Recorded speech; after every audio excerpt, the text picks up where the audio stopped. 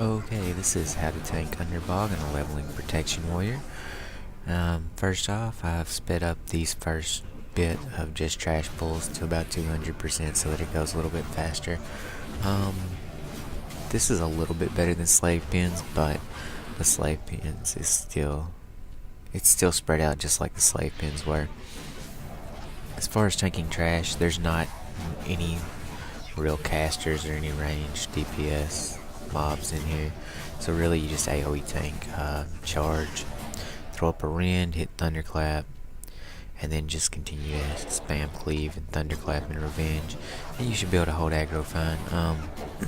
A lot of ads here in this first part. Go ahead and just pick them up as they come. It shouldn't be a big deal to have to pick them up. Just make sure you can hit cleave or thunderclap whenever they get close to you, and you should be fine. They don't do all that much damage.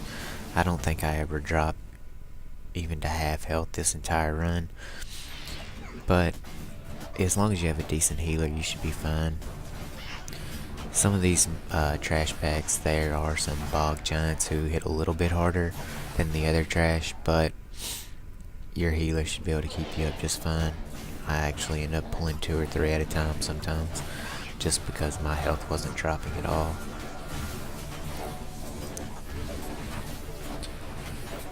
We also had some good DPS in this run. The bosses didn't last very long at all. So you can really, if you get a good group like I had in this one, it makes this run a lot easier than it would be if you had a group like I had when I was doing the slave pins run. Overall, this one's a little bit easier to tank, a little bit faster. Not much though. I wouldn't want to tank either one of these for very many runs over and over again while I was leveling up. But the good thing about the Burning Crusade dungeons is there are a lot of them that you have to cover in only 10 levels, so you don't have to tank any of them for very long. This pull is right before the first boss, and it's the first time you have to take 2 bog giants at the same time. If you're a little undergeared, or maybe your healer's a little bit weak, you're going to want to pop some of your cooldowns here. I don't think I had to use any cooldowns this entire run, but just in case you aren't, in case you don't have the full set of heirlooms like I do, you may need to pop some cooldowns, or if your healer is lacking, you may need to pop some there as well.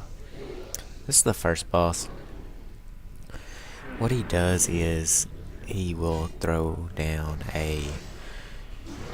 like a plant, and it heals him as it grows, but the DPS in this group is so fast that it doesn't actually have time to even blow up, because I try to move him right here, but we just kill him before the 2 little things that he drops actually do anything at all. If your group can't kill him that fast, you have to kite him away from the mushrooms, but your group should be able to down him pretty quick.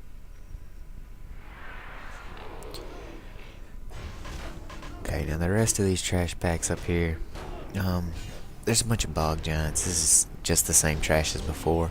It goes a little bit slower because they spread everything out. I suggest just pulling as much as you possibly can. Like right there, I should have tried to get that bog giant with that group to try to speed things up so that the AoE damage could take effect on everything. Right here you'll see me heroic throw one and then charge the other to try to gather groups up.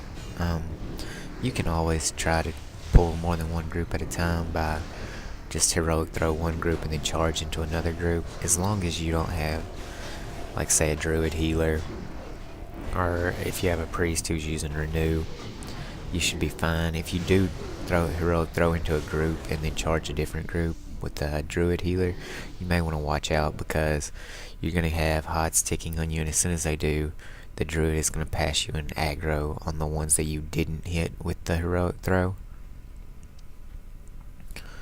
So what you're going to need to do is actually make sure you don't have any hots up on you at the time, or you can just charge one group, and as soon as charge comes off cooldown again, after you've already hit thunderclap in the group, just go ahead and charge into the next group and keep the group moving. because really as a tank you don't need to stand there and keep DPSing the trash until they die. As long as your healer has mana and the group is pretty close to where the healer can heal you and keep up with the group, you should really just, as soon as you have enough threat to hold the guy until he dies, you should just pull the next group. Which it's hard to do in these dungeons because they're so spread out. But up here we're going to get to the part where there's a lot of Naga and we'll start moving a little bit faster.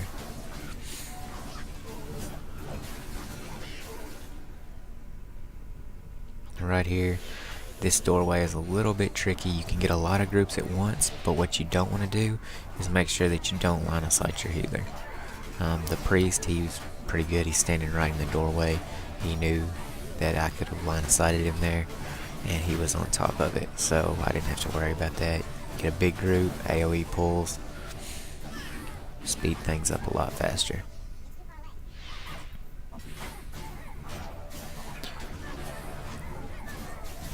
Now this is coming up on the second boss. He's actually in the tank. If you look in the windows to the right, you can actually see him, but I don't know. It's a neat little thing if you see the boss climb up the stairs as you climb the stairs. But if you can pull the trash fast enough, you can actually catch the boss before he gets out onto his platform, which is what I was trying to do here. Makes it a little bit easier to tank if you do that. Shouldn't be too terrible to tank anyway. He's not that hard of a hitting boss. But anyway, here's the trash up here. And as we're clearing out all the trash, just spamming cleave, revenge, AoE tanking like we normally do. Trying to pull from group to group, speed things up. And it's going a little bit, but one thing that you do want to watch out for up here is if you get any of these ads that run, because these are humanoids and some of them will run, if your healer's not ready for the next pull, you may want to watch the runners. But other than that, I mean, you can just charge from one group to the next pretty quick and make the run go a lot faster.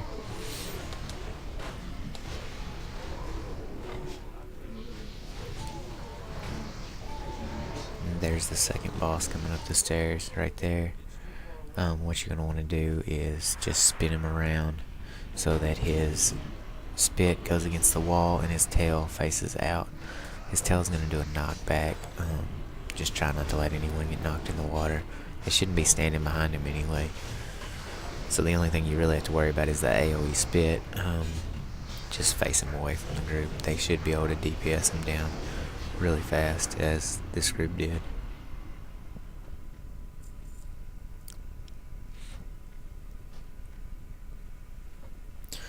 Now you have to run down here and jump into the water. This is the platform where if you don't go through those pools fast enough, this is where the boss will actually be standing.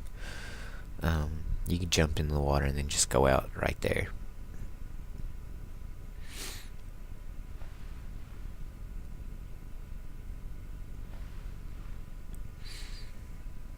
Now if you do have the quest for the to find all 4 of the druids, one of them is actually up at the end of this. Instead of turning where I'm going to turn and go right, you just keep going straight right up there and that druid will be up there.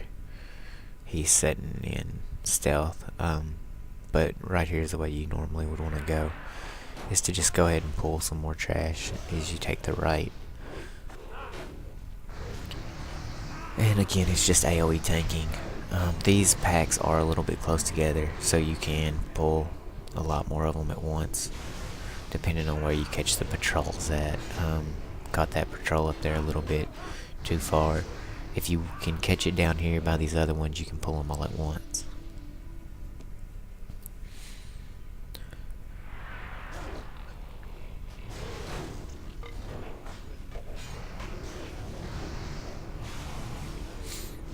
And up here in a minute, you will see me AoE tank a lot more. These bugs actually add a little bit more difficulty into it because they do go with some ranged attacks. You'll see I had to actually taunt one there because they spread out more, being that they are ranged.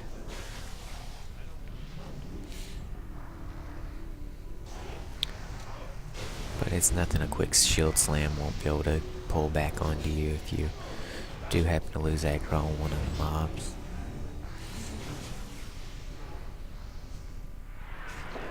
Right up here is a group of bugs where you can actually pull a huge amount and do actually a lot of damage. That's because as the tank, the way Ren and Thunderclap works, your damage is basically going to go up the more mobs you pull. So if you want to speed the run up, not only can you do a significant amount of damage the more mobs you pull, then you're actually helping the group out more because you're doing damage along with the DPS, whereas if you're pulling small groups, your DPS is going to be pretty low. And right here, the mage actually pulled some more, which is fine. We just thunderclap whenever they get over here. Make sure we pick them all up.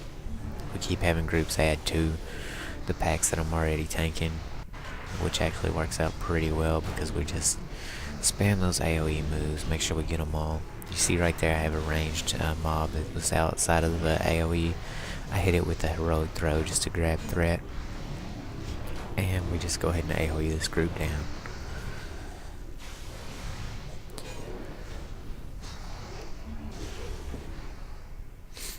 You see there, I just leave and let them finish that guy off.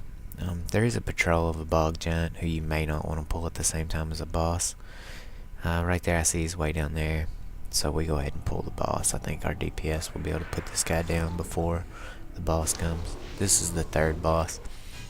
You really just have to watch out for his bear pet, which is actually the fourth druid if you have the quest to find all 4 druids in these 2 dungeons. So, which one you take down first doesn't really matter. I think in this, we actually just take the boss down, which is probably the faster way to it. If you do kill the druid first, he'll despawn and go from his bear form into just, I think he's a tauren. I'm not 100% on that, but he just wanders around. But I think the fastest way is just to kill the boss, and then he'll actually just turn back after the boss does.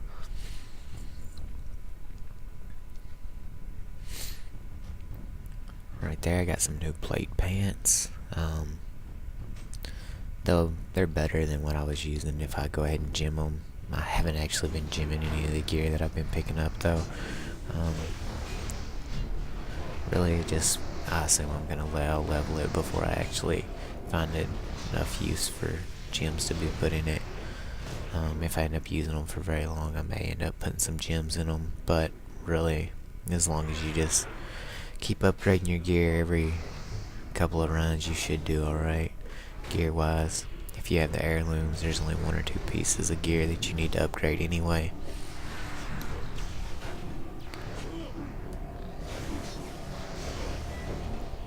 Now we're just 2 bog giants from finishing the run. Okay, this is gonna be the last boss. I think he's called the Black Stalker. What you're going to want to do on this boss is just turn him away from the group so that his chain lightning doesn't hit anyone but you. And he's going to try to levitate a member of your party. It shouldn't be a problem. He actually dies in this run before he can actually levitate anyone. So as long as you DPS him down really fast, it shouldn't be a problem at all, as this group does. Yeah, he's already at 50%. And you just take the boss down very fast. And that's it for the Underbog.